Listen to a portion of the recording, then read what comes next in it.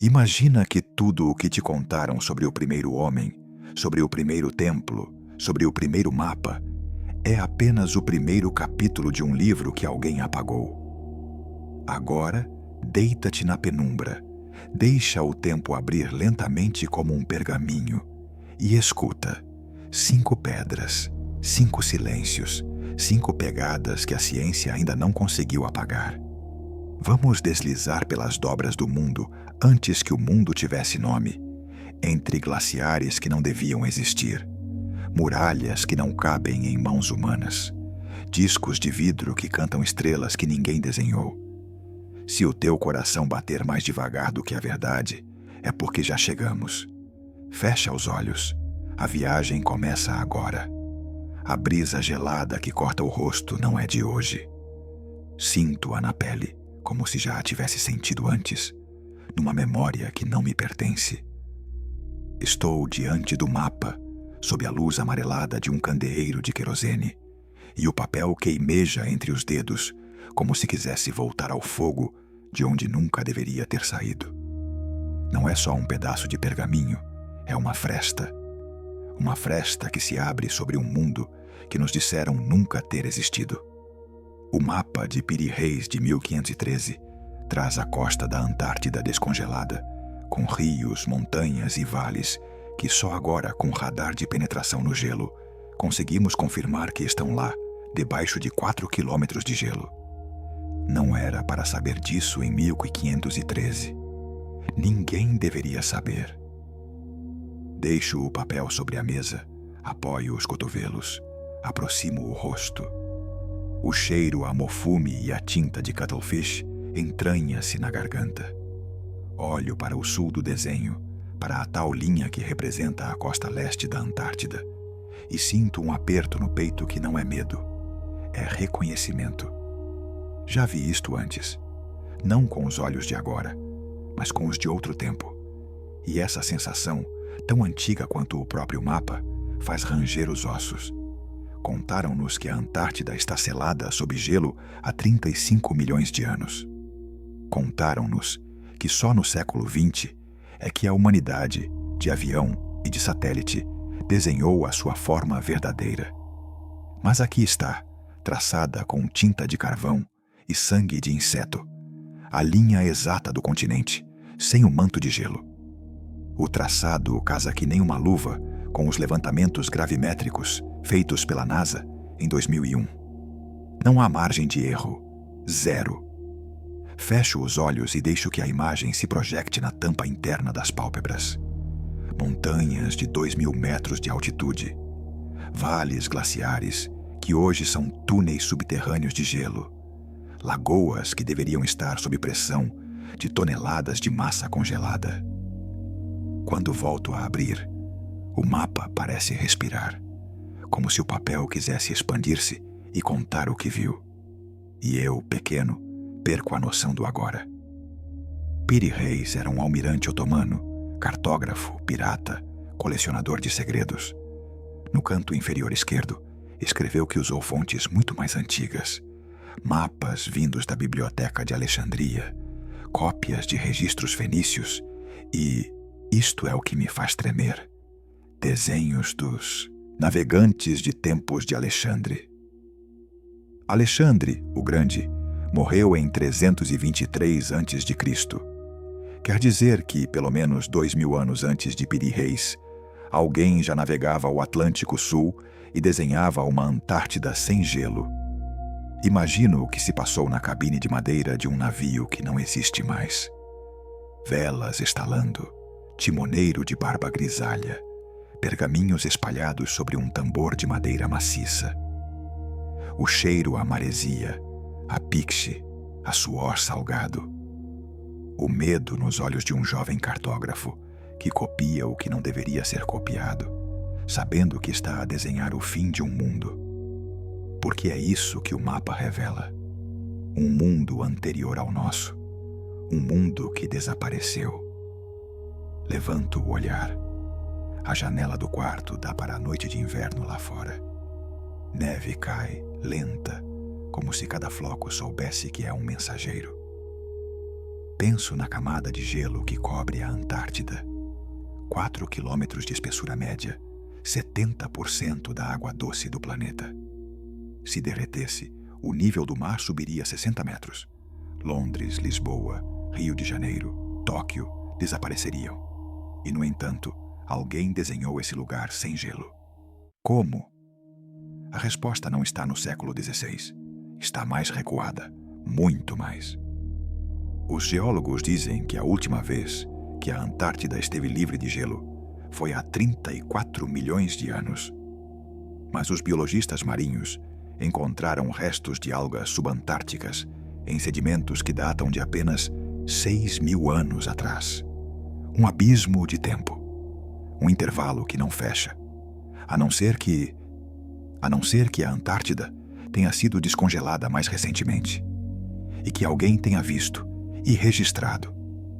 Sinto um formigamento nos dedos. É a mesma sensação que tive quando, anos atrás, segurei um fóssil de uma samambaia gigante encontrado no centro do continente gelado. Como é que uma planta tropical cresceu lá? A resposta oficial é deriva continental, clima global diferente.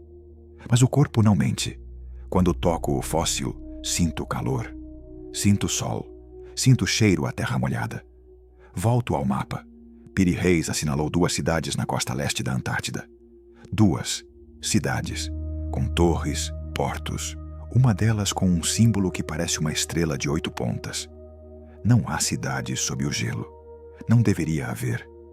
Mas os radares de abertura sintética da NASA detectaram em 2009 estruturas retangulares sob a camada de gelo, com paredes de 15 metros de espessura, alinhadas ao norte exato. Retângulos perfeitos não são naturais. São feitos. Feitos por quem? Fecho a cortina, apago a luz de teto, deixo só o candeeiro. O papel brilha sob a chama, como se quisesse falar. E fala. Diz-me que houve um tempo em que o mar era mais alto, que a Antártida era um arquipélago verdejante, que navios de madeira cruzavam canais agora sepultados. Diz-me que houve um povo que sabia navegar pelas estrelas com precisão de GPS, que mediu o mundo com cordéis e conhecimento de correntes oceânicas que só agora redescobrimos. Às vezes, quando a noite é comprida, ouço o ranger do gelo. Não da geleira que fica a 100 quilômetros daqui, mas do gelo que está dentro do mapa. Um ranger que vem de trás do tempo. É o som de uma civilização que desapareceu num piscar de olhos, ou num dilúvio, ou numa reviravolta do eixo da Terra, quem sabe. E eu, simples mortal, fico aqui a segurar o que restou. Se calhar o que mais me assusta não é que o mapa exista, é que eu o compreenda, que olhe para aqueles traços e sinta que já os segui, que reconheça a curva de um vale que nunca pisei, que saiba o cheiro da baía que ali se desenha. É como se a memória não estivesse no papel, mas em mim. Como se eu fosse a página final de um livro que começou há milênios. Levanto-me, caminho até a estante, puxo um atlas moderno. Abro na página da Antártida. O continente é branco, plano, sem detalhes. Apenas uma mancha. Fecho o atlas. Volto ao mapa de Piri Reis. Ali, a Antártida tem vida. Tem rios que correm para o oeste, montanhas que se erguem como guardiãs, uma península que se projeta para o mar de Weddell com a elegância de um dedo apontando o destino. E então, o coração acelera. Porque vejo algo que ninguém reparou. À esquerda da costa, há uma pequena ilha, desenhada com um círculo e um ponto no centro. Olho para o atlas moderno, para a zona correspondente. Nada. Só gelo. Mas abro o laptop. Entro nas imagens de satélite de radar de abertura sintética. Filtro por altura, por densidade. E lá está, um pico subglacial, exatamente no mesmo sítio. Um vulcão adormecido, coberto de gelo, mas de forma circular. O mapa acertou. Outra vez. Respiração ofegante. A sala rodopia. Seguro a borda da mesa. Não é possível. Não é possível que um homem do século XVI, copiando mapas mais antigos, tenha desenhado o que só um satélite poderia ver. A não ser que a cadeia de conhecimento nunca tenha sido interrompida, que tenha sobrevivido, escondida, transmitida de mão em mão, de geração em geração, até aos dias de Piri, e que depois tenha sido esquecida. De propósito. Imagino o ritual. Um velho, numa gruta, a pintar símbolos na parede com sangue de foca. Um jovem, a copiar para pergaminho de foca. Um navegador fenício, a trocar o pergaminho por âmbar escandinavo. Um monge irlandês, a esconder o rolo num relicário. Um cruzado, a levá-lo para Constantinopla. Um sultão, a entregá-lo ao almirante que mais tarde seria Piri. Cada um acrescentando, subtraindo, mas o essencial a persistir, a forma do mundo antes do gelo. Fecho o mapa devagar, como se estivesse a sepultar um amigo. O papel range, protesta, seguro-o contra o peito. Sinto o peso da história. Não são só 500 anos, são 30.000, 40.000, quem sabe 100.000. Um peso que não se mede em gramas, mas em lágrimas congeladas. A janela, a neve continua a cair. Cada floco é um fragmento de tempo perdido. Pego num, deixo derreter na palma. Em segundos, desaparece, mas a água fica. A água que um dia correu naqueles rios antárticos. A água que alimentou cidades agora soterradas. A água que em mim se junta ao sangue. E percebo, não estamos no fim da história, estamos no meio. O mapa é um convite para lembrar que o mundo já foi outro e que pode voltar a sê-lo, que o gelo pode derreter outra vez, que as cidades podem emergir, que os navegantes podem voltar e que quando isso acontecer, alguém, talvez eu, talvez tu, vai pegar num novo pedaço de pergaminho e vai desenhar o que viu, para que daqui a 1000 anos outro olhar, outra mão, outro coração possa tremer ao reconhecer o que sempre soube. A noite agarra-se ao meu pescoço como uma mão de barro. Caminho entre oliveiras centenárias, os ramos estalando baixinho, falando entre si num dialeto que só as pedras mais velhas compreendem. A lua está partida, metade escondida atrás do monte, e eu sigo o corredor de terra batida que leva ao lugar onde os deuses dizem ainda respiram. Não há sinal de cidade, nem de estrada, nem de tempo. Só o cheiro intenso de capim seco e o rumor de um rio que corre lá embaixo, escondido num vale que ninguém nomeou. Quando ergo a lanterna, o feixe-luz atravessa o ar como uma espada quente, e de repente ele aparece. Um círculo de pedra erguido no meio do nada, mais alto que 3 homens, mais antigo que a própria ideia de casa. As pedras são cinzentas, quase negras, e cada uma pesa mais de 50 toneladas. Não era para estar ali. Não era para estar em parte alguma. Aproximo-me devagar, como quem entra num sonho alheio. As pegadas que deixo na areia são as primeiras que ali se registram há 11.000 anos. 11.000. Repito o número em voz alta, e ele soa a mentira, a brincadeira de criança. 11.000 anos antes de agora, não havia faraós, não havia calendários, não havia trigo domesticado. Havia apenas caçadores que percorriam estas colinas com lanças de pedra. E mesmo assim, alguém ou alguma coisa decidiu escavar um monte, nivelar uma plataforma e, com mãos que não tremiam, erigir este anfiteatro de rocha viva. Toquei a primeira estela. Está quente. O calor não vem do sol, que ainda não nasceu, mas de dentro, como se a pedra guardasse o pulso de um coração que nunca parou. Sob o dedo sinto sulcos. São animais, javalis com presas curvadas, vultures de bico aberto, serpentes enroladas em espiral que parecem mover-se quando a luz oscila. As figuras não são decoração, são avisos. Cada qual olha para fora, para o escuro, como se vigiasse uma fronteira que nós, humanos modernos, já esquecemos que existe. Levanto a lanterna mais alto e descubro um relevo humano, mas não o humano que conheço.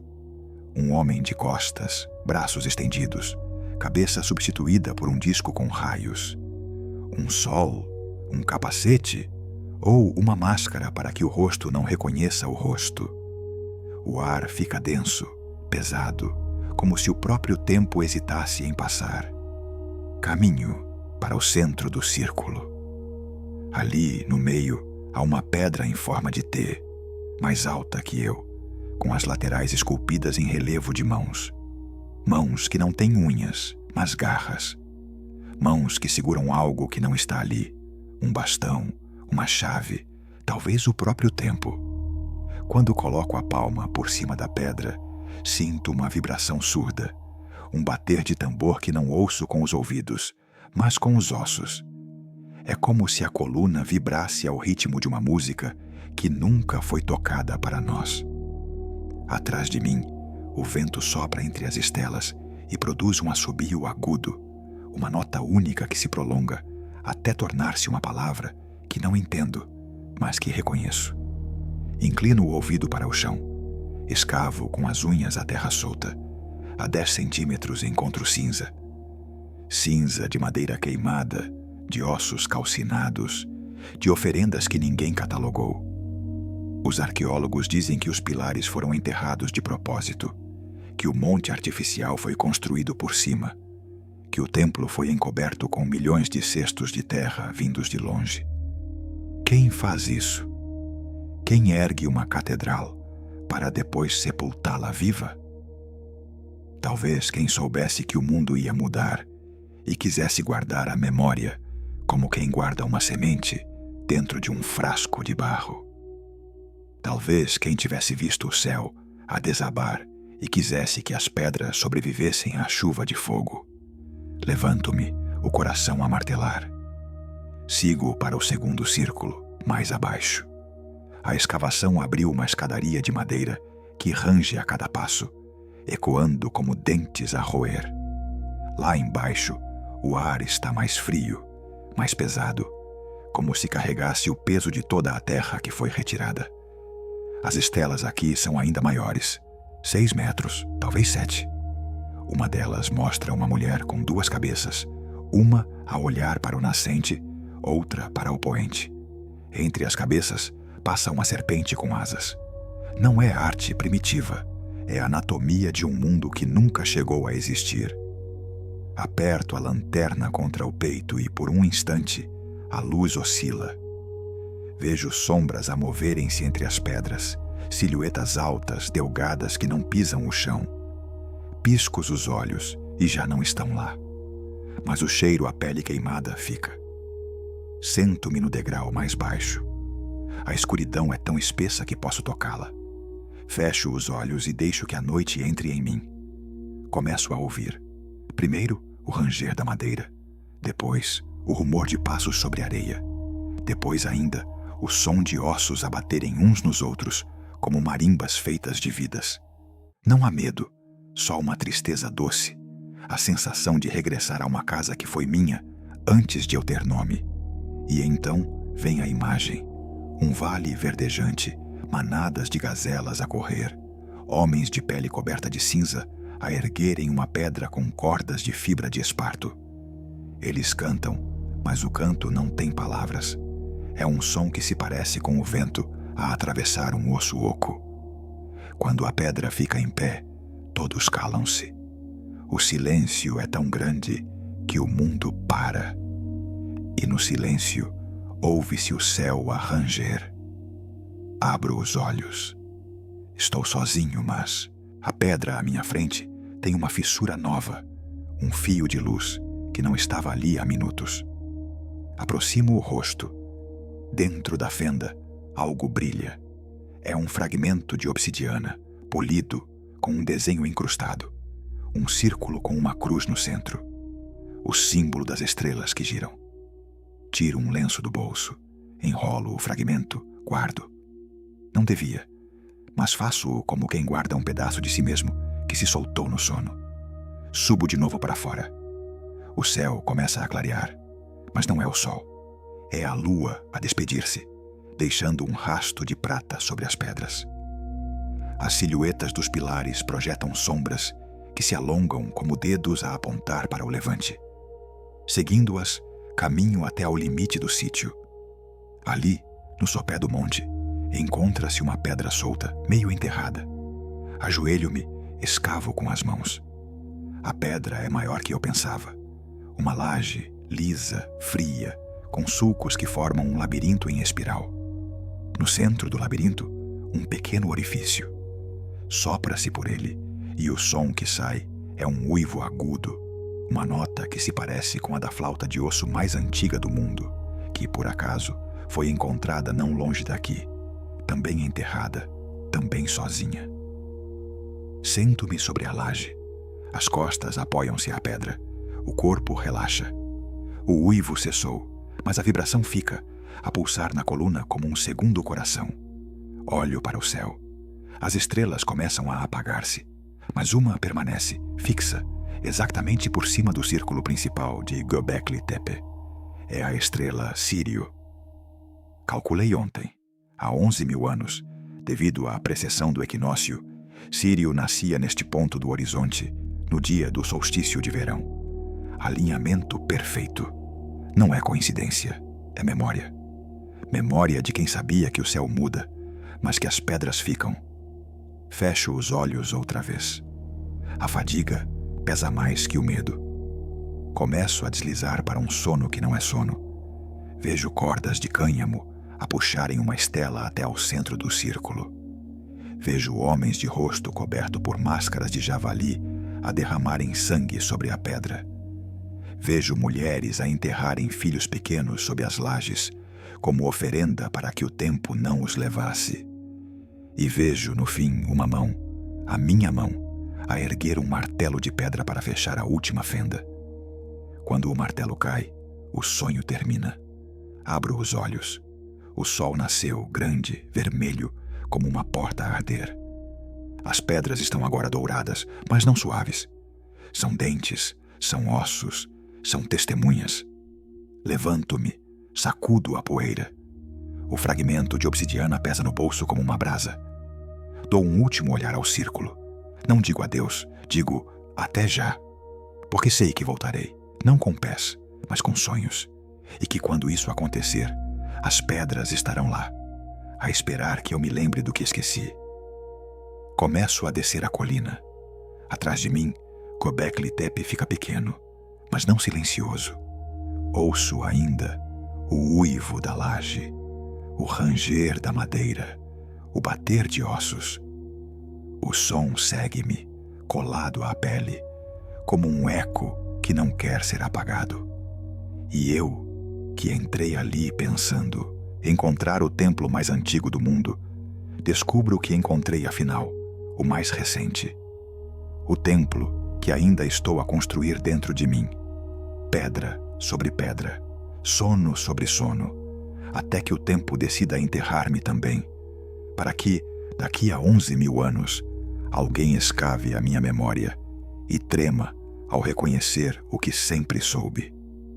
O sol da manhã bate na pedra e me queima a retina, como se eu estivesse a olhar para dentro de um espelho partido. Estou de joelhos na areia, a 1 palmo da pata dianteira da esfinge, e o calor sobe-me pelas canelas acima, não do sol, mas da própria rocha. A areia está úmida, não de orvalho, não de chuva recente. Úmida como se, sob os meus dedos, o deserto estivesse a chorar. E é então que o cheiro me atinge. Água parada, água antiga, água que não deveria estar aqui. Toco a base do monumento.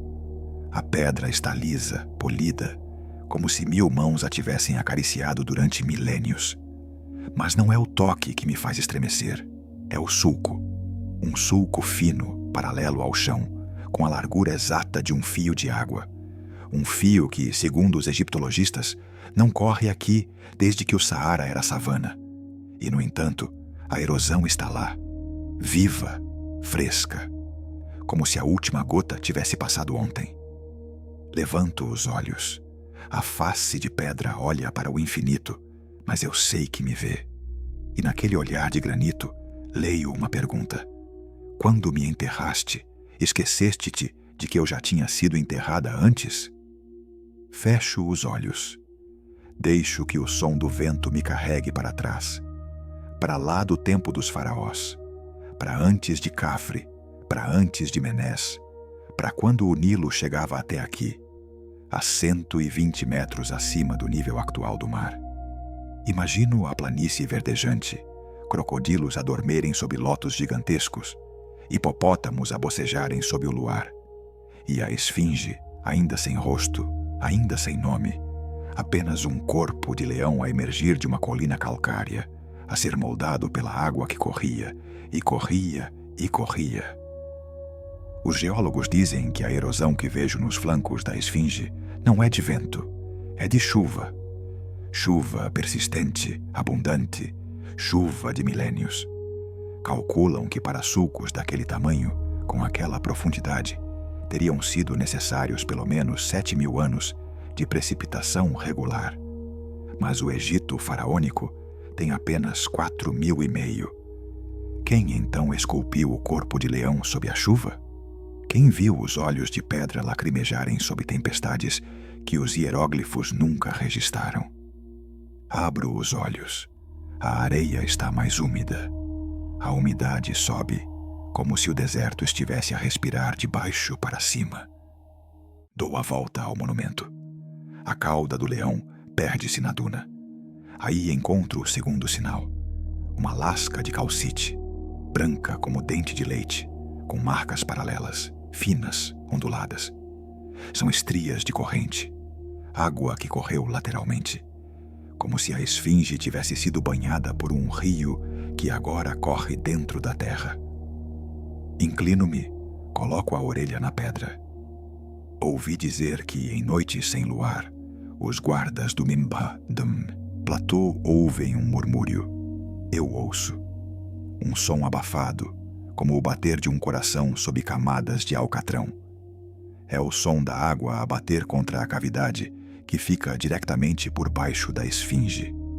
A cavidade que o radar de Ground Penetrating descobriu em 1987, com 15 metros de largura, 8 de altura, cheia de ar úmido, ar que não deveria estar lá. Recordo o que me disse o engenheiro japonês, Sakurai, quando lhe mostrei os dados. A umidade relativa dentro da cavidade é de 92%. Fora, no deserto, é de 5%. Isso não é possível, a menos que haja uma fonte subterrânea a alimentar. Uma fonte, sob a areia, sob a pedra, sob o tempo. Levanto-me. Os joelhos rangem como os de um homem de 80 anos. Talvez eu os tenha. Talvez o tempo se dobre aqui como um arco. Caminho até ao lado norte, onde a areia forma uma concha natural, um pequeno anfiteatro. Ali, os turistas não vão. Ali, encontro a terceira pegada, uma crosta de sal. Sal branco, fino, como se alguém tivesse derramado água do mar e deixado evaporar. Mas o mar fica a 200 quilômetros, e o vento não carrega sal assim, em flocos perfeitos, como neve mineral. Colho um grão, levo à língua. Salgado, amargo, com um deixar de algas. Água de mar, água que esteve aqui, que subiu, que invadiu, que cobriu a esfinge até ao pescoço. Quando? Nenhum faraó fala nisso, nenhum sacerdote, nenhum papiro. Mas a pedra fala e diz: foi antes. Sinto um arrepio, não no braço, na espinha. É a sensação de que estou a ser observado não por turistas, não por guardas, mas pelo próprio tempo. Olho para o céu. O sol está alto, mas uma nuvem, só uma, passa lentamente, exatamente por cima da cabeça da esfinge. A sombra projeta-se no chão, desenha um leão alado, e naquele instante vejo. A nuvem tem a forma do delta do Nilo. O mesmo delta que há 8.000 anos era 2 vezes maior. O mesmo delta que, dizem os geólogos, foi invadido pelo mar numa subida súbita de 15 metros. 15 metros. O suficiente para cobrir a esfinge até ao peito. Fecho a mão, aperto a areia úmida. Ela escorre entre os dedos como se quisesse voltar para dentro da terra. E eu percebo. A esfinge não foi enterrada pela areia.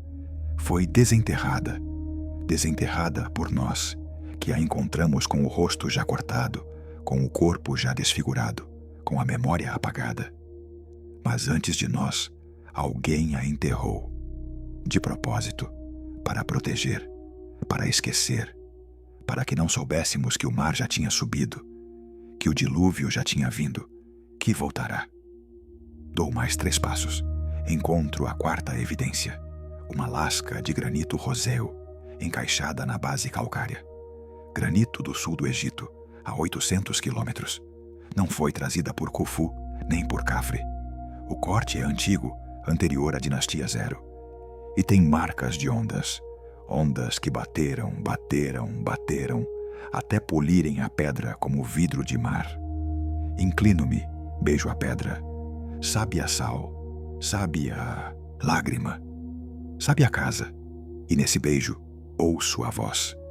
Não é de Homero, não é de Heródoto, é de uma mulher que não tem nome. Ela diz: eu vi a água a subir, vi o templo a sumir, vi os sacerdotes a fugirem com os rolos, vi o leão a erguer-se sozinho, a rugir contra a maré. E depois vi o silêncio. Um silêncio que durou 1000 anos, até que vocês chegaram com pás e escovas a pensar que estavam a desenterrar o passado, mas estavam a desenterrar o futuro. Levanto-me. As lágrimas já não são minhas. São da pedra, são da água, são do tempo. Caminho para trás, devagar, sem virar as costas. A esfinge olha-me, e nos olhos de pedra vejo o reflexo, não o meu, mas o de uma criança a segurar um barco de papiros, a navegar numa lagoa que já não existe. Quando chego ao limite do recinto, volto-me. A sombra do monumento estende-se para leste, exatamente para onde o Nilo corria há 8000 anos. A sombra tem a forma de um rio de sombra, um rio de memória. E eu sei que, quando a próxima maré subir, quando o nível do mar subir os 60 metros que a Antártida esconde, a esfinge voltará a ficar debaixo de água. Mas não morrerá, porque ela já esteve lá, porque ela já voltou, porque ela é o barômetro do planeta.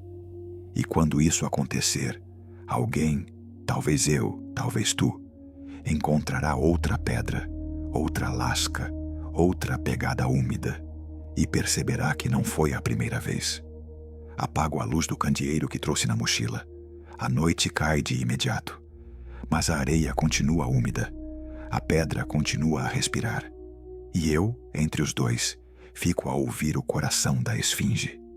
Um coração que não bate, mas que escorre água, água que não deveria existir, água que nunca deixou de existir, água que, como nós, espera a próxima vez. O vento que desce do céu de Cusco não é só vento, é um murmúrio de pedras que se roem, um lamento de blocos que nunca deveriam ter sido irmãos, e que mesmo assim se abraçam com tanta força que nem o tempo conseguiu arrancá-los. Sinto-o na pele quando subo o caminho de terra batida que serpenteia entre os muros de Sacsayhuaman. O ar é rarefeito, os pulmões queimam, mas o coração bate mais depressa do que a falta de oxigênio justifica. Bate por medo, por reverência, por reconhecimento. Porque aqui, a 3.700 metros de altitude, ergue-se uma muralha que não foi feita por mãos como as minhas. Isso eu sei. Isso sinto nos ossos. Paro no primeiro patamar. À frente ergue-se uma pedra que me faz perder o horizonte. Não é grande, é descomunal. Um monólito de calcário de 2 metros de altura, 4 de largura, e que pesa, dizem os engenheiros, 120 toneladas. 120. Repito o número em voz alta, e ele soa a brincadeira de mau gosto. Como é que homens que ainda não inventaram a roda, segundo os livros, conseguiram arrastar isto até aqui, para cima de uma montanha, sem estradas, sem animais de carga, sem cordas, de aço? Como é que a encaixaram tão perfeitamente noutra pedra de igual tamanho que mesmo hoje, com uma lâmina de barbear, não consigo enfiar entre as duas? O vento responde com um assobio agudo, como se gozasse da minha ignorância. Aproximo a mão. A superfície é lisa, mas não polida. Tem ondulações, sulcos, como se dedos gigantescos tivessem amassado a rocha quando ainda estava mole. Sinto uma vibração, quase imperceptível, um formigar que sobe pelo braço e se aloja no peito. É o mesmo formigar que senti quando, anos atrás, toquei numa campainha tibetana, num mosteiro de Lhasa. Um som que não se ouve, mas que faz estremecer a alma. Aqui não há campainhas, só pedras. Pedras que cantam baixinho, numa língua que não reconheço, mas que sei que já falei. Dou a volta ao bloco. O sol nasce por trás do nevado de Alzangate e, de repente, a muralha incendeia-se. As arestas dos blocos projam-se em dourado, mas as sombras são tão negras que parecem buracos na própria realidade. É então que vejo. Cada pedra tem uma marca, uma pequena depressão no centro, como se tivesse sido agarrada por uma garra colossal. Não é ranhura de corda, é impressão digital de um dedo que não é humano. Arrepio-me. O guia que me acompanha, um velho quechua de olhos de obsidiana, nota e diz, baixinho: as pedras lembram-se de quem as tocou. Cuidado com o que perguntas. Pergunto mesmo assim: quem? Ele fita-me, depois o céu, depois o chão. Os que vieram antes dos nossos deuses, os que não precisam de nomes. Continuamos. A muralha não é linha reta, é quebra-cabeças de 3 dimensões. Zigue-zague, zigue-zague, como se um gigante tivesse brincado com cubos de granito e depois os tivesse encaixado de forma que nenhum grão de areia conseguisse passar. Os blocos são dezenas, centenas, cada um com forma distinta, uns em forma de L, outros de T, outros que parecem quebra-cabeças com 10 lados. Tudo se encaixa, tudo se abraça, tudo resiste. E, no entanto, não há argamassa. Zero. Nada. Só pedra sobre pedra, pressão contra pressão, equilíbrio tão perfeito que, quando ponho a orelha no muro, ouço um silêncio que soa a música. É o som do equilíbrio absoluto. Subimos mais. A altitude castiga, mas a curiosidade puxa. Chegamos a um patamar onde os blocos são ainda maiores. Aqui, o famoso bloco de leite.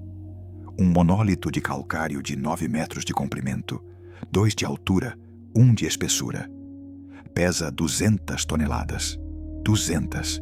É como empilhar 40 elefantes adultos num único bloco, e mesmo assim, alinhá-lo a milímetros de outro igual. O guia conta que, quando os espanhóis chegaram, em 1533, viram esta muralha e pensaram que era obra do demônio. Mandaram derrubar parte para construir a Catedral de Cusco. 3 dias de martelos, 3 dias de picaretas. 3 dias depois desistiram. As pedras nem rangeram. Eram mais duras que a fé, diz o velho, sorrindo com orgulho ancestral. Sento-me no chão, de pernas cruzadas. Fecho os olhos. O silêncio é tão absoluto que consigo ouvir o sangue a circular nos ouvidos. E então, vem uma imagem. Vejo homens pequenos, muito pequenos, comparados com os blocos. Não usam cordas, usam som. Um som grave, um hino que faz a pedra vibrar, que faz a gravidade hesitar. Eles cantam e o bloco lentamente levanta. Não voam, flutuam, como se o peso fosse apenas uma ideia que se pode dissolver com a nota certa. Quando o som para, a pedra assenta no sítio exato, sem margem de erro, sem martelo, sem medo. Abro os olhos. Estou só. Mas a pedra à minha frente tem uma fissura nova, uma linha tênue, que não estava ali há minutos, como se tivesse ouvido o que eu ouvi. Levanto-me, o coração a bater descompassado. O guia observa, impassível. Acontece, diz. As pedras gostam de quem as escuta. Pergunto-lhe se já viu algo mover-se. Ele não responde. Aponta para o lado oposto do recinto. Ali há uma escadaria que desce para o interior da muralha. Dizem que leva a um túnel que atravessa a montanha até ao vale do Urubamba. Dizem que ninguém chegou ao fim. Dizem que no fundo há uma câmara onde o tempo se dobra. Decido descer. Os degraus são estreitos, esculpidos na própria rocha. O ar fica mais frio, mais denso. As paredes estão cobertas de símbolos, espirais, losangos, formigas, serpentes aladas. Tudo gravado com precisão milimétrica, como se tivesse sido feito com lasers. A luz da lanterna projeta sombras que dançam, que se multiplicam. Sinto que não estou só. Há respirações que não são minhas. Há passos que ecoam atrás de mim. Mas quando me viro, só vejo pedra. Penso no que o guia disse. As pedras lembram-se. E se elas se lembram, talvez também possam esquecer. E se esquecerem, talvez me deixem ficar. Chego a uma câmara oval.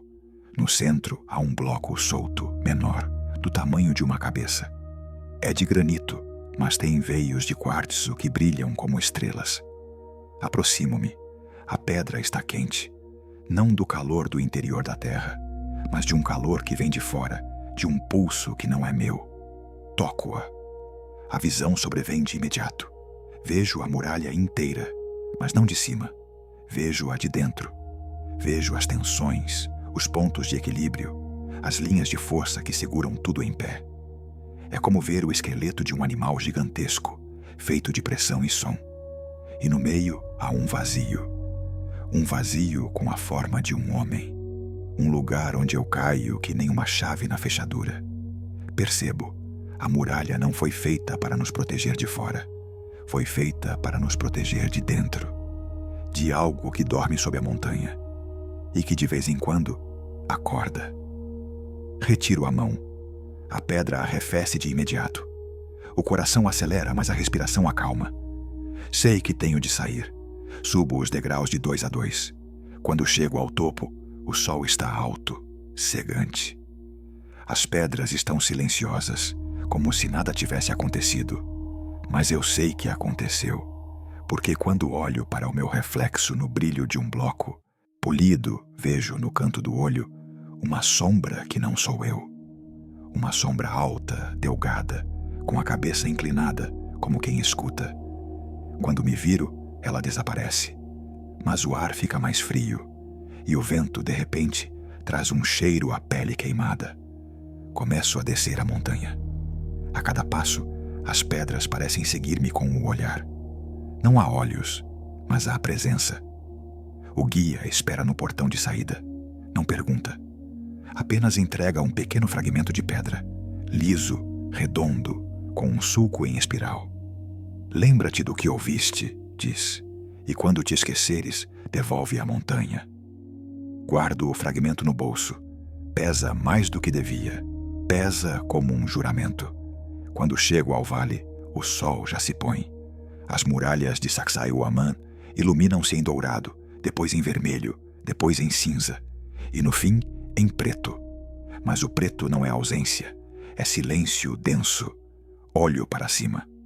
As pedras estão lá, imóveis, mas não mortas. Estão à espera de quem as saiba ouvir outra vez. À espera de quem as saiba cantar. À espera de que o mundo, um dia, precise outra vez de uma muralha que nem as mãos humanas deveriam conseguir construir. E quando esse dia chegar, elas estarão prontas. Porque elas não foram feitas por nós, foram feitas para nós. E até lá ficarão de pé, pedra sobre pedra, silêncio sobre silêncio, lembrando-se de quem nos tocou antes de nos esquecermos de nós mesmos. O sol do Líbano não nasce, explode. É um estalo de luz branca que me obriga a fechar os olhos, mesmo debaixo das pálpebras cerradas. Estou deitado de barriga para o chão, a face contra a pedra, e o calor que sobe pela rocha queima-me a pele, como se a própria terra estivesse a derreter-se. Abaixo de mim, A planície de Beká respira, ondula, lambe-se de calor. Acima de mim, 3 pedras. Não são pedras. São montanhas que alguém decidiu erguer no ar. Cada uma pesa 1000 toneladas. 1000. Tento imaginar um avião a levantar isso. Não consigo. Tento imaginar um navio. Nada. Tento imaginar 1000 elefantes. Nem sequer um exército de elefantes moveria aquilo. E, no entanto, ali estão, suspensas, encaixadas como se o céu as tivesse colocado com uma pinça de titânio. Abro os olhos devagar. A primeira coisa que vejo é uma sombra. A sombra do Trilithon, o bloco central, projeta-se sobre mim como uma asa de Deus. E eu, microscópico, fico debaixo dela, a sentir o peso do mundo apertar-me o peito. Levanto-me de joelhos. A pedra está tão quente que parece viva. Coloco a palma aberta. Ela pulsa. Não é metáfora. É um bater lento, compassado, como se tivesse um coração fossilizado. Aproximo o ouvido. O som que me chega não é externo. É o meu próprio sangue a bater nos tímpanos, mas descompassado, como se o corpo tivesse decidido seguir o ritmo da pedra, em vez do ritmo do tempo. Dou um passo atrás. O Trilithon não se move nem 1 milímetro, e, no entanto, parece flutuar. As bases onde repousa são 3 pedras mais pequenas. Pequenas, de apenas 200 toneladas cada. 200. O que aqui é um grão de areia. O conjunto forma um portal. Um portal que não leva a lado nenhum, ou talvez leve a um lado que já não existe. Caminho à volta. A superfície está polida como vidro. Não há sulcos, não há marcas de ferramenta. É como se tivesse sido moldado por um gigante que respirasse lento o suficiente para amaciar granito com o simples sopro. Toco a junta. A união é perfeita. Não passa uma lâmina de papel. Não passa uma lâmina de pensamento. E, no entanto, sei que foi feito. Não por nós. Não por romanos que vieram depois e colocaram o seu templo em cima, como quem coloca uma tocha em cima de um vulcão adormecido. Não por gregos, que nem sequer sonhavam com blocos deste tamanho. Não por egípcios, que construíram pirâmides com pedras 3 vezes mais leves. Quem? Quando? Por quê? Sento-me debaixo do bloco. A sombra é tão fresca que me faz arrepender-me de não ter trazido um cobertor. Fecho os olhos. A imagem vem de imediato. Um vale verde, cheio de cedros, com neve no cimo das montanhas. E no meio do vale, homens altos, de barba ruiva, a segurarem cordas feitas de fibras que não conheço. As cordas não são de cânhamo, são de algo que brilha, algo que canta. Cada vez que puxam, soa uma nota, e a nota faz tremer o ar, e o ar faz tremer a pedra, e a pedra levanta. Um palmo, outro palmo, até ao céu. Não há gritos, não há comandos, só a música. E a pedra obedece, como se fosse um cão que regressa ao dono. Abro os olhos. O silêncio é tão denso que parece ouvir-se a si próprio. Levanto-me, passo a mão pela nuca. Estou a suar, mas não de calor. De medo. Medo de estar a ver o que não devia. Medo de estar a lembrar o que nunca vivi.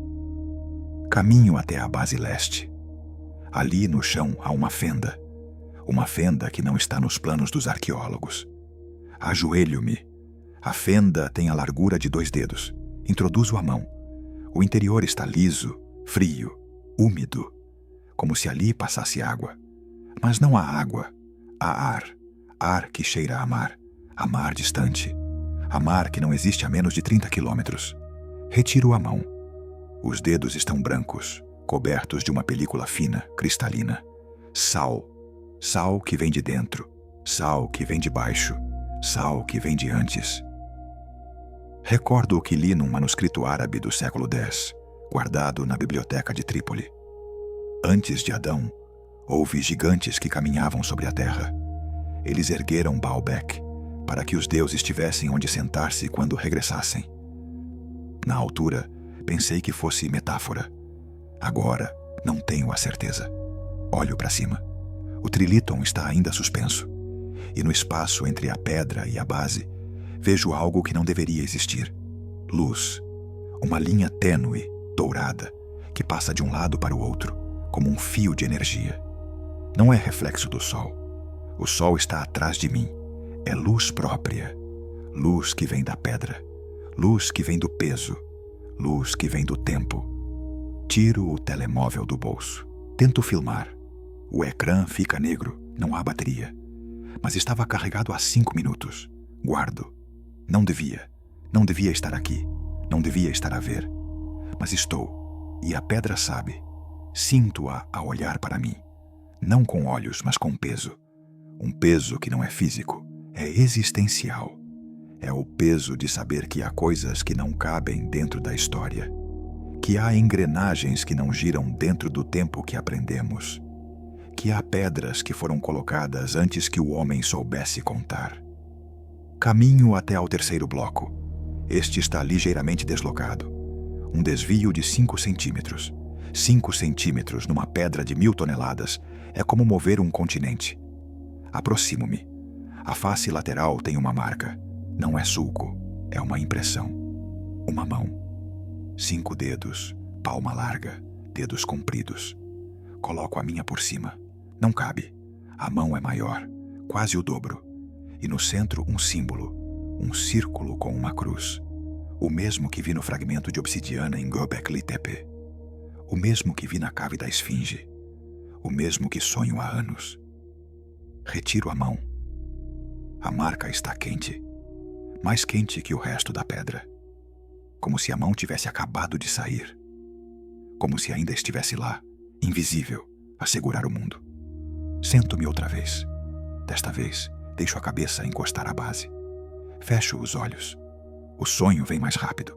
Estou dentro da pedra. Não em cima, não ao lado. Dentro. E vejo uma câmara. Uma câmara com paredes de cristal líquido. No centro, um cilindro. No cilindro, um homem. Não é humano. É alto, de pele metálica, olhos sem íris. Está de pé, de mãos erguidas, a segurar o trilíton. Não está a segurar fisicamente. Está a segurar com o pensamento. E a pedra obedece, como se o peso fosse apenas uma ideia. Como se a gravidade fosse uma convenção que se pode anular com outra convenção. O homem olha para mim. Não fala, mas transmite. Lembra-te. Tu estiveste aqui. Tu ajudaste. Tu puxaste a corda. Tu cantaste a nota. Tu é que colocaste a pedra. E depois esqueceste. Porque tiveste de esquecer. Para que pudesses voltar. Para que pudesses lembrar. Para que pudesses chorar. Abro os olhos. Estou a chorar. Não sabia. As lágrimas correm, quentes, e caem na areia, onde desaparecem no mesmo segundo. Mas a pedra bebe. A pedra bebe as lágrimas. E onde caem, surge uma nova fenda, tão fina que só vejo porque o sol a atravessa, e projeta um fio de luz no chão. Uma luz que aponta para o leste, para o lugar onde o sol nasce, para o lugar onde o mar já esteve, para o lugar onde voltará. Levanto-me. As pernas doem, não de fadiga, de peso que não é meu, de peso que é de todos, de peso que é de sempre. Dou um último olhar. O trilíton não se move, nunca se moverá.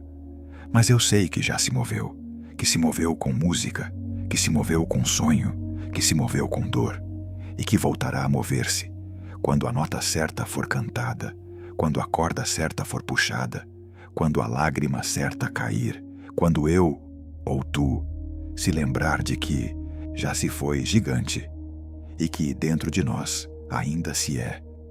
Viro as costas. Não digo adeus, digo até já, porque a pedra fica, mas a memória vem comigo. E quando o mar subir outra vez, quando o vale voltar a ser mar, quando as cidades desaparecerem, alguém encontrará esta pedra e colocará a mão por cima da marca e encaixará, e lembrar-se-á, e chorará, e cantará, e moverá, e então o trilíton voltará a flutuar, não como um milagre, mas como uma lembrança de que já fomos maiores do que o peso. Uma lembrança de que já fomos mais leves do que o esquecimento. O som chega primeiro.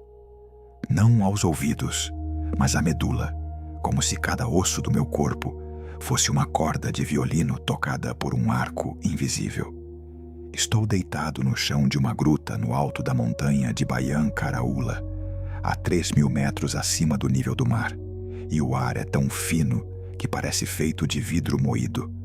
A luz da lanterna oscila e então vejo centenas de discos de pedra, não, de vidro, espalhados como moedas de um jogo esquecido. São finos, quase transparentes, com 2 palmos de diâmetro, e cada um deles canta. Não há vento, não há água, não há ninguém. Só eu e o coro de pedra que murmura notas que não estão em nenhuma escala que o ouvido humano tenha inventado. Aproximo a mão. O vidro está quente. Não do sol que não entra aqui, mas de um calor que nasce do interior do disco, como se houvesse uma estrela presa dentro de cada um. Toco a borda. É lisa, mas não áspera. É como tocar a pele de alguém que acabou de acordar de um sono de 1000 anos. O som aumenta. Não é volume, é intensidade. Sinto-o nos dentes, nas têmporas, no osso frontal. É uma melodia que não tem princípio nem fim. Só um circular que se repete, mas que nunca é igual.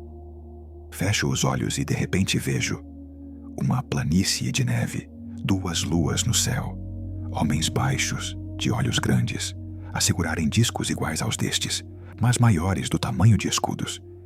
Eles caminham em fila, descendo uma rampa de gelo que brilha como espelho.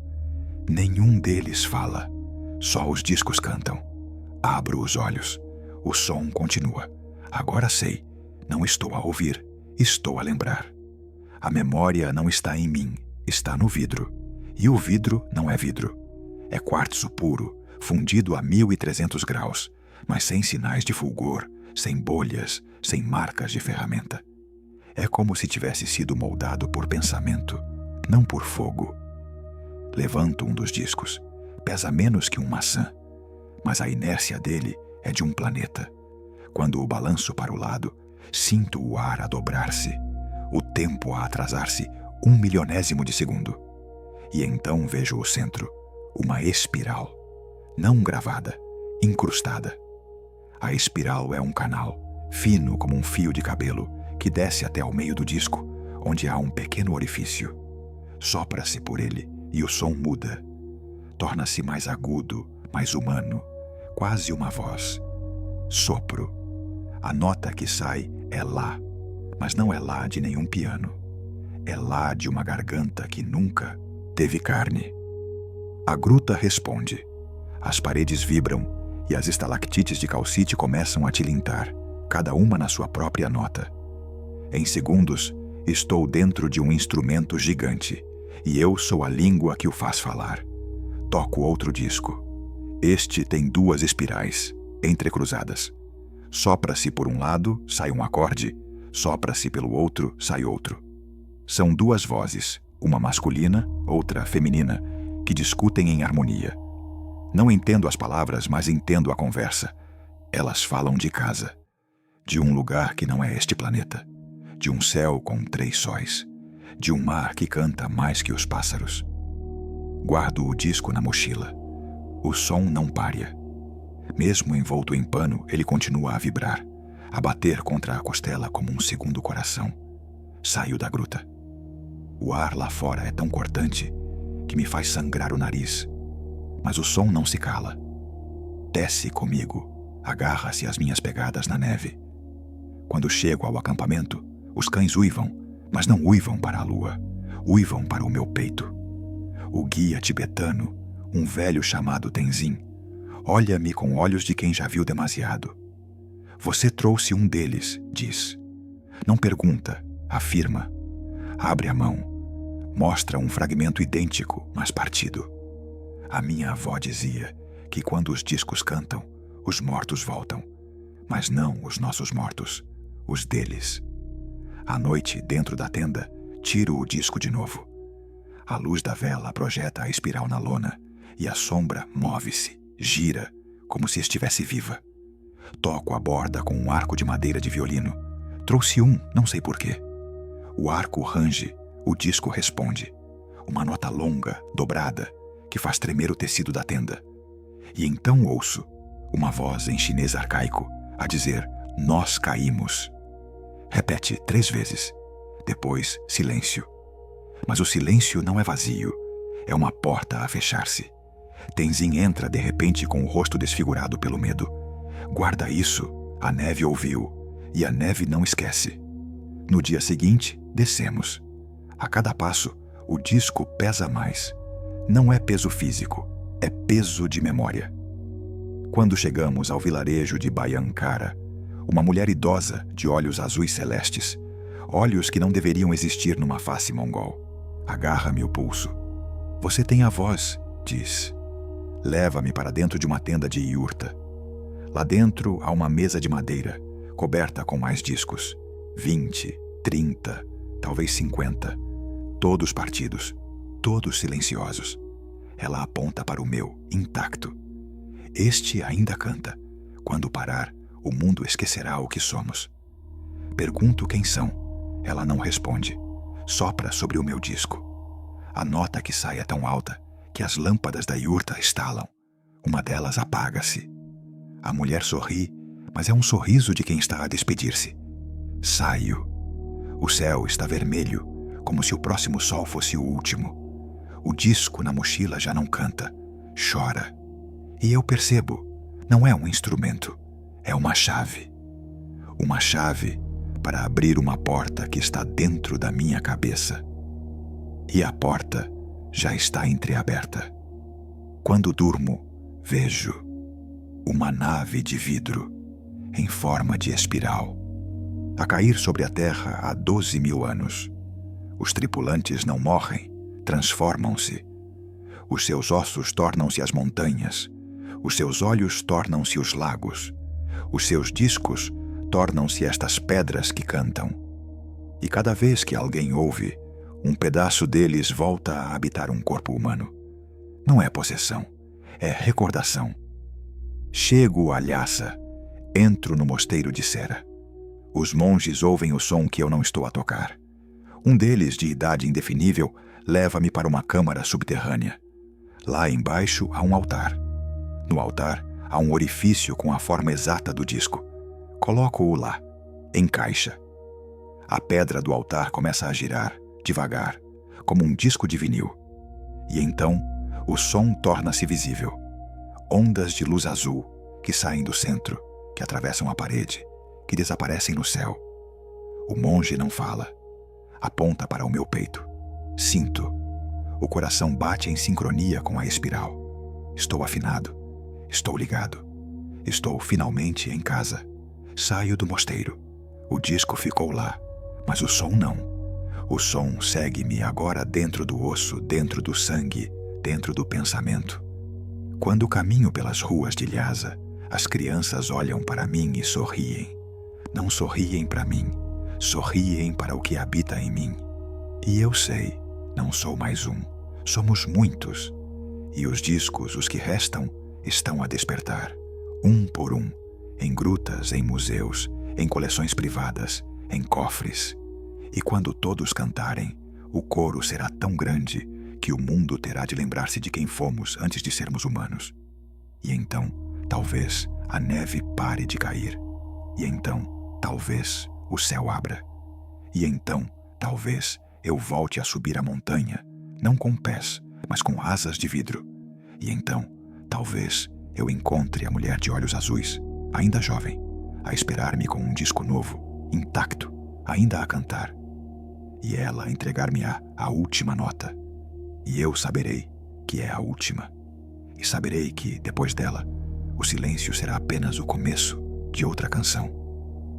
A água é tão clara que parece ar. Quando o barco para, o motor deixa de bater, e o silêncio cai sobre o mar como uma manta de vidro. Eu ouço o meu próprio coração a fazer bolhas. Estou a 30 metros da costa de Yonaguni, no extremo sudoeste do Japão, e debaixo dos meus pés Há uma cidade que os geólogos juram que a natureza esculpiu. Mas a natureza não tem ângulos retos. Não esculpe degraus perfeitos de 60 centímetros de altura. Não abre portas de 4 metros de largura que levam a corredores que desaparecem na escuridão. Eu sei. Desci lá ontem de madrugada, quando o sol ainda era só uma suspeita no céu, e a maré estava tão baixa que o mar parecia respirar por cima de nós. Mergulho. O frio entra-me pelos ouvidos, desce pela garganta, agarra-se ao estômago. Desço 10 metros, 20, 30. A luz começa a ficar azul escura, mas ainda consigo ver. Ali está ele, o monumento. Um bloco de arenito negro do tamanho de um prédio de 5 andares, com degraus que sobem como se alguém quisesse sair do mar a pé. Toquei o primeiro degrau. Estava quente. Não do sol, que ainda não chegava aqui, mas de dentro, como se a pedra guardasse o pulso de um corpo que se recusa a morrer. Caminho sobre o degrau. A areia move-se debaixo dos meus pés, mas a pedra não. É sólida, cortante, perfeita. Conto os degraus. 1, 2, 3, 11. 11 degraus que sobem num ângulo de 30 graus, exatamente como as escadarias de qualquer templo japonês. Mas este templo está debaixo de água. E segundo os cientistas, submergiu há 12.000 anos. 12.000.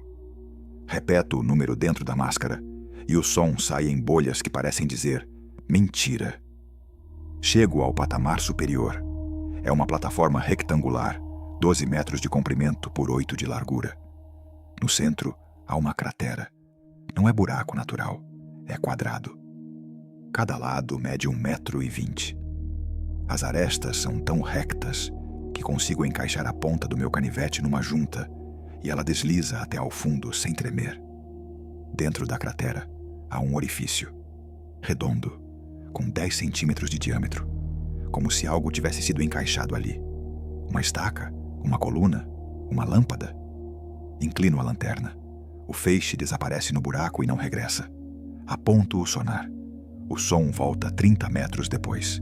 Há espaço aí embaixo. Uma câmara, vazia, ou cheia de algo que o sonar não quer ver. Do lado esquerdo da plataforma, há outra estrutura. Uma parede. Não é rocha, é muro. Tem blocos sobrepostos, cada um do tamanho de uma caixa de gelo, mas perfeitamente alinhados. Entre eles, não há cimento, não há areia, só contacto.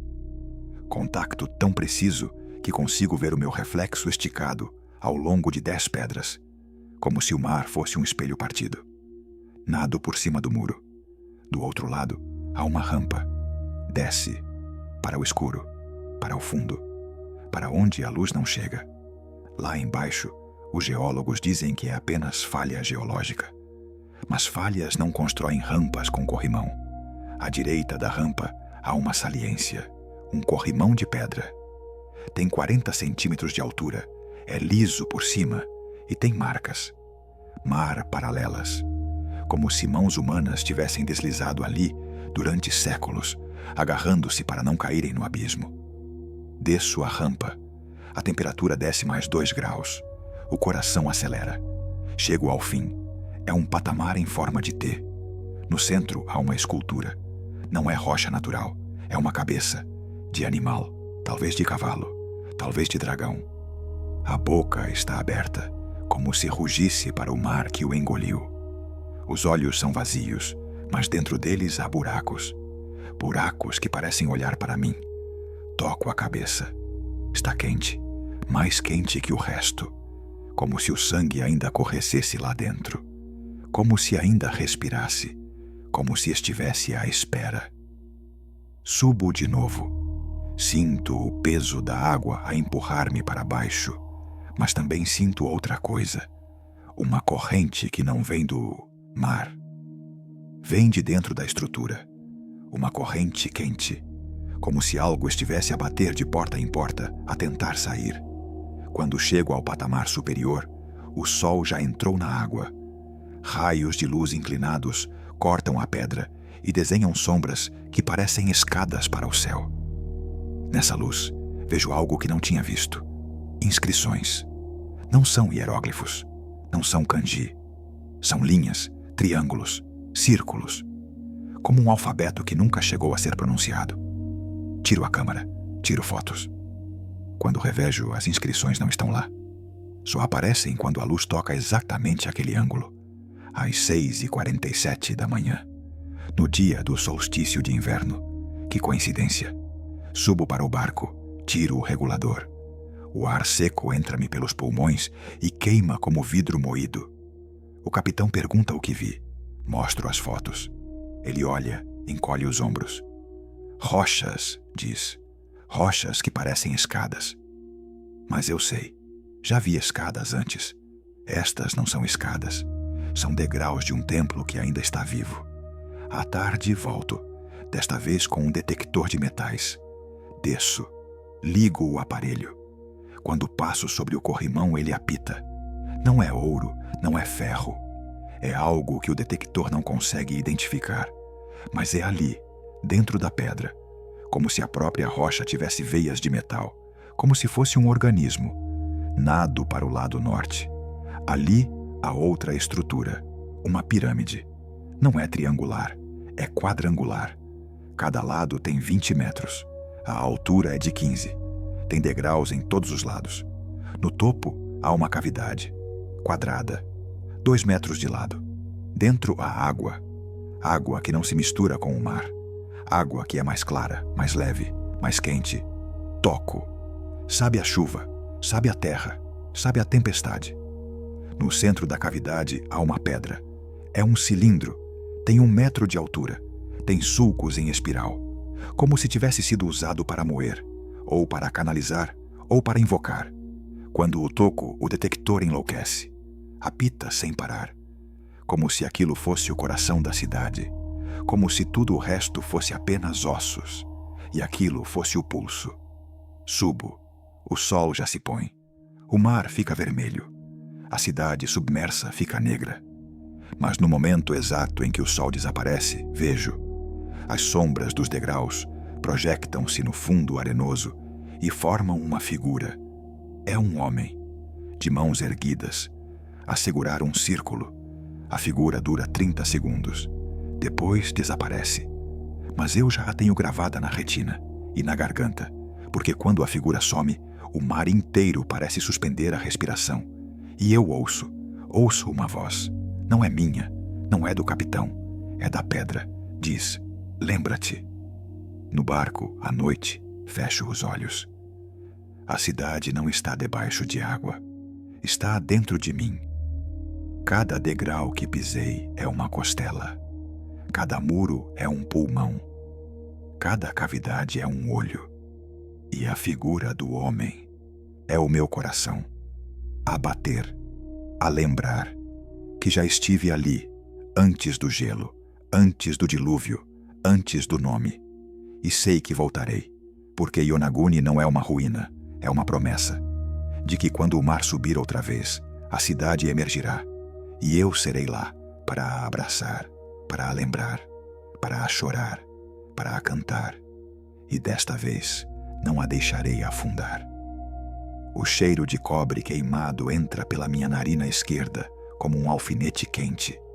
Estou de joelhos num túnel que não deveria existir, a 60 metros debaixo da ilha de Shikoku, e o ar é tão denso que parece feito de metal líquido. A lanterna oscila na minha testa. O feixe de luz corta a escuridão, e de repente ela aparece. Uma câmara perfeitamente cilíndrica, 3 metros de diâmetro, revestida de placas de cobre que ainda brilham como se tivessem sido polidas ontem. Mas o cobre tem uma cor que não é de agora.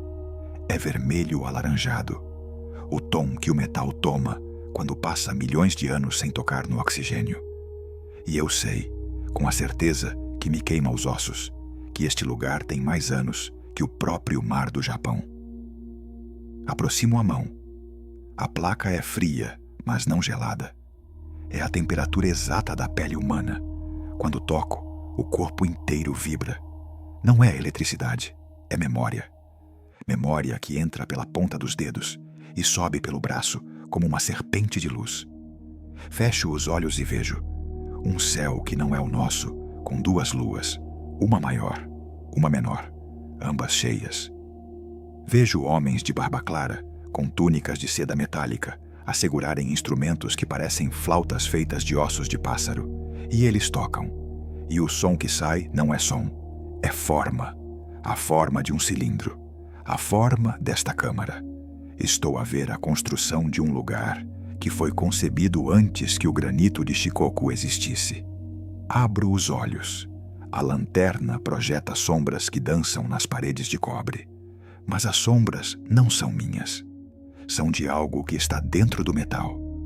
Aproximo o rosto. O cobre é tão liso que me reflete. Mas o reflexo não sou eu. É um homem mais jovem, de olhos verdes, com uma cicatriz na sobrancelha direita que eu não tenho. E ele olha-me, e eu olho para ele.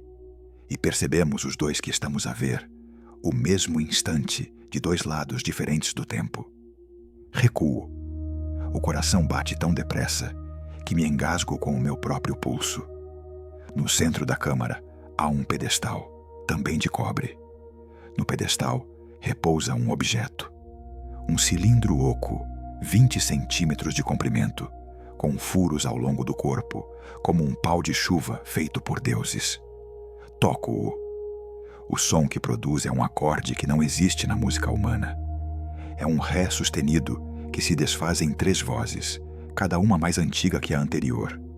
E então o ar muda. O ar torna-se pesado, com um cheiro a ozono e a violetas queimadas. E eu sei que estou a respirar o passado. Estou a respirar o momento em que este instrumento foi tocado pela última vez. E que esse momento foi há 2 milhões de anos. Dou-a volta ao pedestal. Há inscrições. Não são hieróglifos, não são pictogramas. São linhas que se curvam como ondas, que se cruzam como constelações. Colho um papel, traço uma das linhas. Quando termino, reconheço. É a representação da precessão dos equinócios. Mas não é a nossa. É a de um ciclo de 26 mil anos atrás. Antes que o Homo sapiens dominasse o fogo. Antes que o canal de Panamá emergisse do mar. Antes que o próprio Japão fosse um arquipélago. E, no entanto, alguém aqui sabia calcular estrelas com a precisão de um computador de bordo. Sinto um formigamento nos pés. Olho para baixo. O chão de cobre tem ranhuras. São sulcos, finos como fios de cabelo, que formam espirais concêntricas. Quando me movo, as espirais movem-se comigo. Não é ilusão, é pressão. A pressão do meu corpo está a ativar algo. Aproximo a orelha. Ouvi dizer que o cobre, quando vibrado, pode armazenar som. Ouvi dizer que, em laboratório, conseguiram gravar a voz de um carpinteiro num prego de bronze. O que estou a ouvir agora não é uma voz, é um coro de vozes que falam em simultâneo, mas em línguas que não conheço. E, no entanto, compreendo. Estão a contar uma história. A história de um povo que veio do céu, que aterrou numa ilha que ainda não era ilha, que construiu esta câmara para se lembrar de casa, e que, quando partiu, deixou o instrumento a tocar sozinho, para que o planeta não se esquecesse deles. Retiro o pé. O som não pária, apenas abafa. Guardo o cilindro na mochila. Envolto-o em seda, depois em alumínio, depois em pano de lã. Mas o som atravessa tudo. É como se o metal tivesse memória e quisesse ser ouvido. Saio da câmara. O túnel de acesso é estreito, com paredes de granito natural. Mas no granito há marcas. São furos redondos, com a largura exata do cilindro.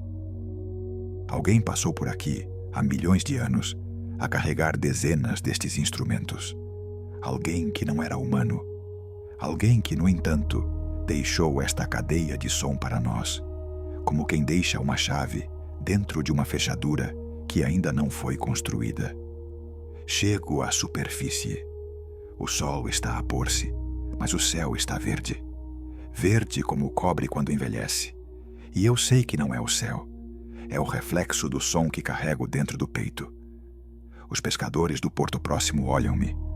Não olham para mim. Olham para a mochila. Um deles, o mais velho, aproxima-se. Você trouxe música do ventre da terra, diz. Não pergunta. Afirma. Mostra-me a orelha. Tem uma pequena cicatriz, circular no lóbulo. Quando era menino, ouvi a mesma nota, durante 3 noites seguidas. A terceira noite, a minha mãe desapareceu. Nunca mais a encontramos. Mas, no lugar onde ela dormia, havia um disco, partido, como o seu. Vou para o hotel. No quarto, tiro o cilindro de novo. Coloco-o na mesa. A luz do abajur projeta a sombra da espiral na parede. A sombra move-se, gira, como um vinil a tocar. E então ouço uma voz, feminina, em japonês arcaico, a dizer volta. Repete 3 vezes. Depois, silêncio. Mas o silêncio não é vazio. É uma porta a fechar-se por dentro. Deito-me. O som não me deixa dormir. Não é barulho, é lembrança. Lembrança de que já estive aqui. De que já carreguei este instrumento. De que já toquei esta nota. De que já chorei com esta melodia. De que já me despedi de alguém que nunca mais vi. No dia seguinte, vou ao museu de Tokushima. Peço para ver o arquivo de objetos não catalogados. Mostram-me uma caixa. Dentro há outro cilindro. Idêntico. Partido. O diretor explica. Foi encontrado em 1923, durante a construção da Estrada 32. Estava dentro de uma câmara de cobre, idêntica à que eu descobri. Quando o abriram, o som que saiu fez tremer os vidros do edifício. Um dos trabalhadores, um coreano chamado Park, ouviu a mesma voz que eu ouvi. 3 dias depois, enforcou-se. Deixou um bilhete. A música quer voltar para casa, mas casa já não existe. Guardo o meu cilindro na caixa. Encaixa perfeitamente no espaço vazio. O diretor olha-me. Você é o próximo, diz. Não pergunta. Afirma. Saio. O sol está a nascer, mas o céu continua verde. E eu sei que não vou dormir outra vez. Porque o som agora está dentro de mim. Porque a espiral gira dentro do meu peito. Porque a nota que eu soprei não foi nota, foi chave. E a porta que ela abriu não está na montanha. Está dentro do meu osso temporal. E cada vez que o coração bate, ouço uma voz, uma orquestra, um coro, um lamento. E sei que, quando eu morrer, o meu último suspiro será essa nota. E que, quando isso acontecer, alguém, numa ilha que ainda não é ilha, vai encontrar um cilindro e vai soprá-lo. E vai ouvir a minha voz. E vai saber que já estivemos aqui e que nunca verdadeiramente partimos. O cheiro de terra molhada entra pelas narinas como um dedo que me aponta ao céu. É noite fechada na planície de Lagos, Nigéria, e eu estou deitado de costas no barro, os olhos pregados na escuridão que não é escura. Pontos de luz cintilam por cima, estrelas que parecem tão perto que me sinto dentro delas. Mas não são só estrelas, são desenhos, são formas, são anéis. E os anéis estão lá embaixo, sob as minhas costas, sob a crosta terrestre, como se a terra tivesse copiado o céu e guardado a constelação dentro de si. Respiração lenta. A terra pulsa. Ouço-a. Um bater de tambor que não vem de aldeia nenhuma, mas do subsolo. É o anel a chamar. Levanto a cabeça. A lua está nova. O céu é um poço de tinta com salpicos de diamante. Mas é no chão que está o mapa. Levanto-me, descalço, a lama a escorregar entre os dedos. Caminho. Cada passo soa oco, como se pisasse sobre um tambor escondido. À frente, a planície ondula suave, e onde a luz da minha lanterna toca, o solo brilha. Não é reflexo, é iridescência. É como se o barro estivesse coberto com uma película de óleo finíssimo, mas não há óleo, só terra. Apoio a mão. A terra está quente. Não do dia que já passou, mas de dentro, debaixo, onde os anéis dormem. Recordo o que li no relatório do geólogo britânico, em 1931. Formações circulares de origem vulcânica, diâmetro médio de 15 metros, dispostas em padrão que lembra Órion. Mas Órion está lá em cima, e os anéis estão cá embaixo, e não são vulcânicos, porque vulcões não desenham 3 estrelas em linha com precisão de GPS. Vulcões não repetem Betelgeuse a exato quilômetro de distância. Vulcões não traçam um círculo perfeito para a cintura de um caçador que nunca pisou esta terra. Avanço. O primeiro anel aparece como um sorriso aberto na terra. Círculo completo, terra mais escura, vegetação mais clara. Dentro, a relva cresce diferente, mais alta, mais fina, mais verde. Como se o centro fosse um olho que abriu para o céu. Entro. O som muda. O vento para. O silêncio é tão completo que consigo ouvir o meu globo ocular a rodar no orbitário. Ajoelho-me. No centro há uma pedra. Não é pedra vulcânica, é granito. Rosa, com veios de quartzo que brilham como estrelas em miniatura. Toco. Está fria. Mas não é fria de noite, é fria de espaço, de vácuo, de ausência de tempo. Fecho os olhos. A visão vem. Um homem. Não. Algo com forma de homem. De pé, de mãos erguidas, a segurar uma vara que projeta luz. A luz desenha um círculo no chão. O círculo pega fogo, mas o fogo não queima. Grava. Grava o céu. Grava a constelação. Grava a memória. Quando acabo, estou deitado dentro do anel, a terra a tremer sob as costelas. Abro os olhos.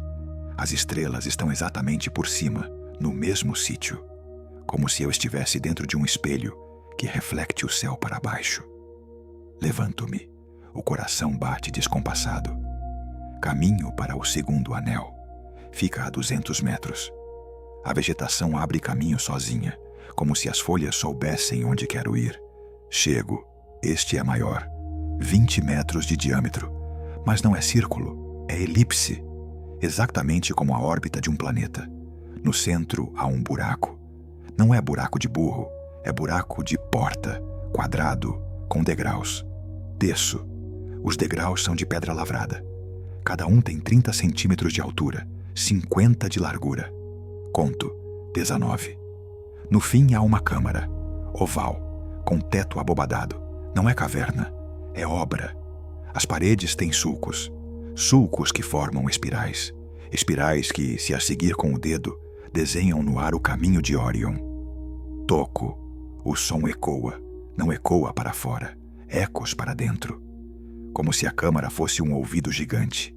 E eu estivesse a falar-lhe ao ouvido. E ele a ouvir e a responder. Mas a resposta não é som. É calor. Um calor que sobe pelas pernas, que me faz tremer, que me faz chorar. Chorar sem razão. Chorar como quem regressa à casa depois de 1000 anos. Saio. O céu agora tem nuvens. Mas as nuvens não cobrem Órion. Cobrem só o que não importa. Caminho para o terceiro anel. Este não se vê. Está escondido sob arbustos de acácia. Empurram-se. Entro. É o menor. 5 metros, mas é o mais profundo. Não é círculo, é triângulo. Triângulo equilátero. Cada lado tem exatamente 5 metros. No centro há uma coluna. Não é coluna de pedra, é coluna de vidro. Transparente, com bolhas dentro. Bolhas que não são de ar. São de luz. Luz que pulsa. Pulsar lento, como um coração. Toco. A coluna está quente, mas não queima.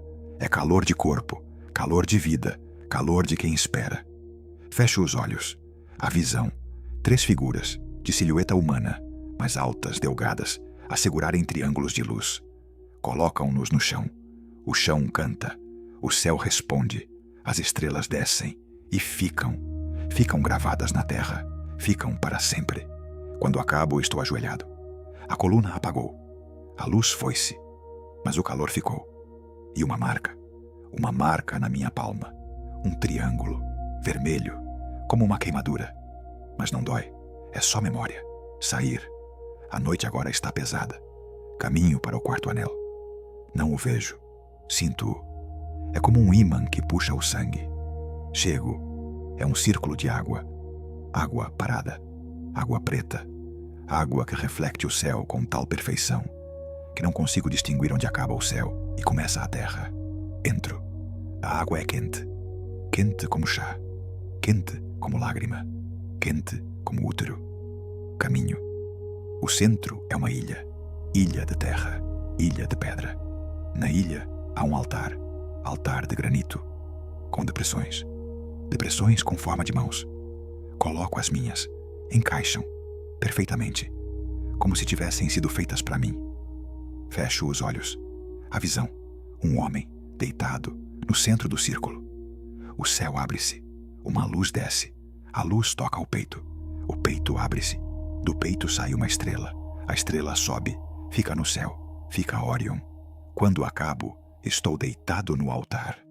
A água a bater-me nos lados. A lua cheia por cima. Exatamente por cima. Como se eu fosse o olho do céu. E a terra o olho que me olha. Levanto-me. A marca na mão agora brilha. Brilha com luz própria. Brilha com a luz da estrela que saiu do peito. Caminho para o quinto anel. Este é o último. Não o vejo. Não o sinto. Ouço um som. Um som que não é som. É música. É voz. É coro. Caminho. O som guia. Passo entre arbustos. Passo sobre riachos. Passo sobre ossos de animais que não reconheço. Chego. É um anel de fogo. Fogo que não queima. Fogo frio. Fogo azul. Fogo que dança. Entro. O fogo abre. Fecha atrás de mim. No centro há um espelho. Não é espelho de vidro. É espelho de água. Água parada. Água que reflete o céu. Mas o céu que reflete não é este. É outro. É o céu de há 12.000 anos. É o céu onde Órion era maior. Onde Sírio era vermelho. Onde o sol tinha duas cores. Ajoelho-me. Olho para o espelho. Vejo uma cidade. Uma cidade de anéis. Uma cidade que é feita de círculos. Cada círculo é um templo. Cada templo é uma estrela. Cada estrela é uma memória. Vejo-me. Estou lá, de pé, de mãos erguidas, a segurar uma vara de luz, a desenhar, a gravar, a lembrar. E quando acabo, estou deitado no chão. O fogo apagou. O espelho secou. A marca na mão agora é uma estrela. 5 pontas, vermelha, brilhante, dolorida. Mas não dói, é só saudade. Saio. A noite agora está a acabar. O céu começa a clarear.